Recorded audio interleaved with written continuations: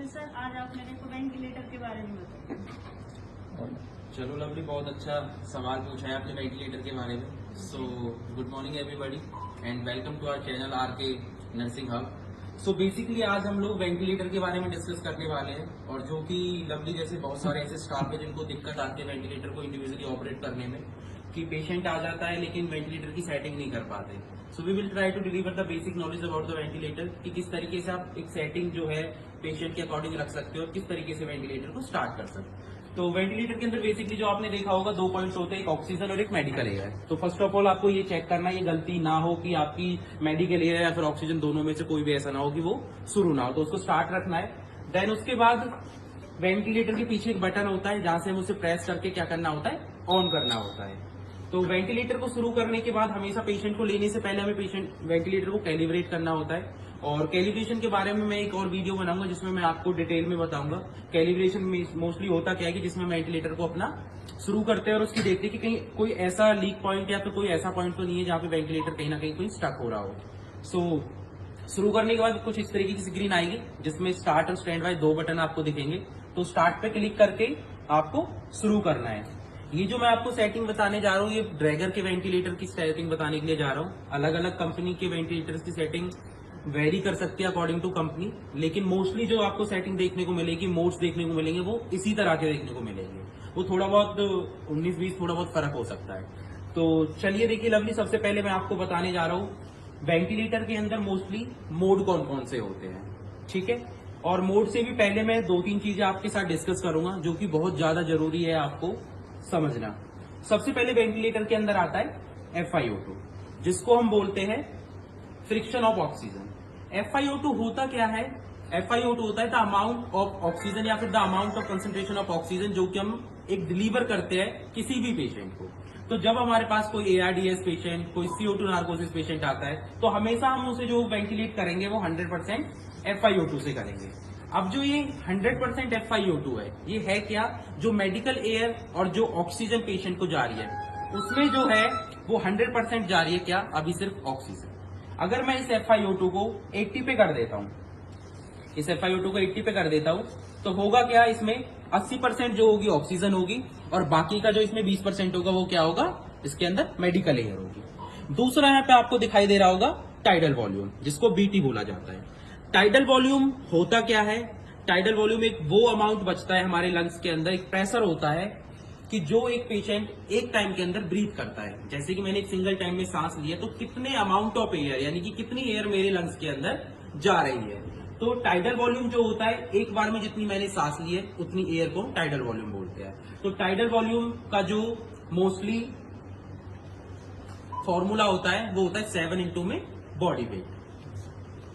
तो अगर कोई पेशेंट हमारे पास आया और जिसका वजन 60 kg है, तो उसका टाइडल वॉल्यूम हम कितना रखेंगे? 60 इंटू में 7, इट मीन्स 420, 420 उसका टाइडल वॉल्यूम सेट करेंगे, ठीक है।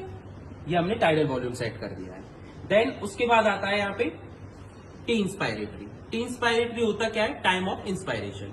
इट मीन्स ये जो टाइम ऑफ इंस्पायरेशन है, ये हमें बताता है कि पेशेंट कितने टाइम के लिए इंस्पायरेट कर रहा है और कितने टाइम के लिए एक्सपायरेट कर रहा है। देखिए बेसिकली एक बात है कि नॉर्मली भी हम क्या करते हैं, सांस लेते हैं और छोड़ते हैं, ठीक है। इसका भी हमारा एक ब्रीथिंग पैटर्न होता है, लेकिन वेंटिलेटर पे ही हम ये सेटिंग क्यों सेट करते हैं? वो उसकी कंडीशन के अकॉर्डिंग। जब पेशेंट CO2 नार्कोसिस के अंदर होता है, CO2 उसने इनहेल कर रखी होती है, तो CO2 इनहेल करने की वजह से होता क्या है कि उसके लंग्स के अंदर CO2 रिटेन होनी शुरू हो जाती है।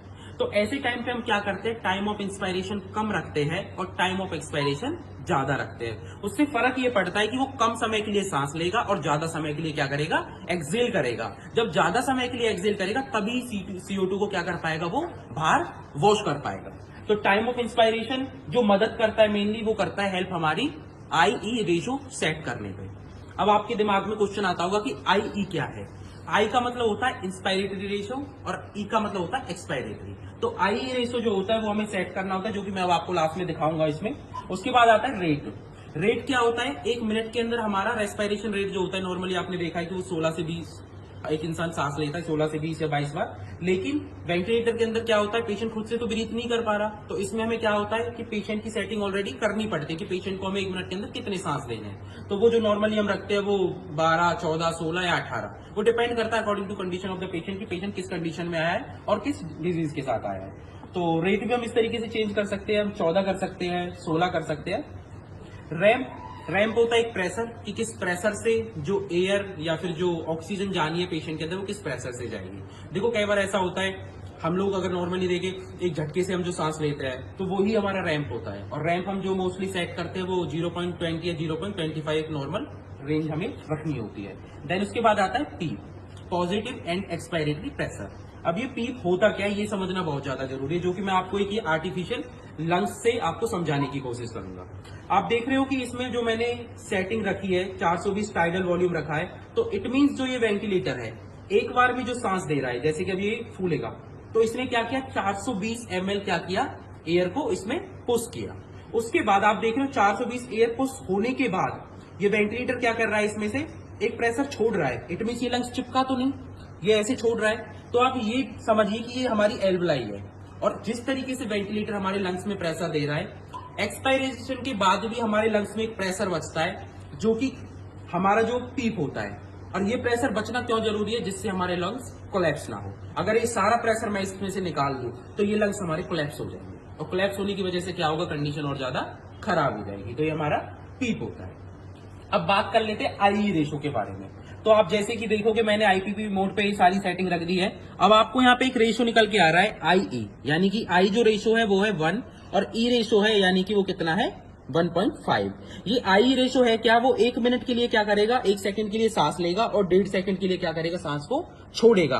तो मोस्टली जो पेशेंट हमारे पास CO2 नार्कोसिस वाले होते हैं उसमें हमें ई रेशो ज्यादा रखना होता है और आई रेशो हमारा 1 ही होता है। तो ई रेशो अगर हमें चेंज करना है, हमें ई रेशो बढ़ाना है, तो ये 2 ही पैरामीटर से चेंज होगा, रेट से और टाइम ऑफ इंस्पायरेशन से। अगर मैं पेशेंट का टाइम ऑफ इंस्पायरेशन कम कर देता हूं, जो कि अब 1.7 है, तो उससे क्या होगा, इस हमारा जो रेट जो ई रेशो वो हमारा बढ़ जाएगा। तो मैंने जैसे कि यहाँ पे कर दिया है 1.2, और अब इसमें यहाँ पे रेशो निकल के आया है आई रेशो 1:2.6। अब जो पेशेंट है वो क्या कर रहा है, 1.2 सेकंड के लिए क्या कर रहा है, ब्रीथ कर रहा है, और 2.6 सेकंड के लिए क्या कर रहा है, एक्सपायरेशन कर रहा है। ठीक है, तो ये बेसिक एक नॉलेज थी आज जो हमने कोशिश करी आपको वेंटिलेटर के बारे में बताने की, और होपफुली होगा कि आपको समझ में आया होगा और आप जैसे और भी लोगों को ये चीज समझ में आई होगी। अगर इसके बाद लवली आपको कोई डाउट बचता है तो आप मेरे को बताइए, मैं आपको और एक्सप्लेन करूँ इसके बारे में। So thank you so much guys for watching this video.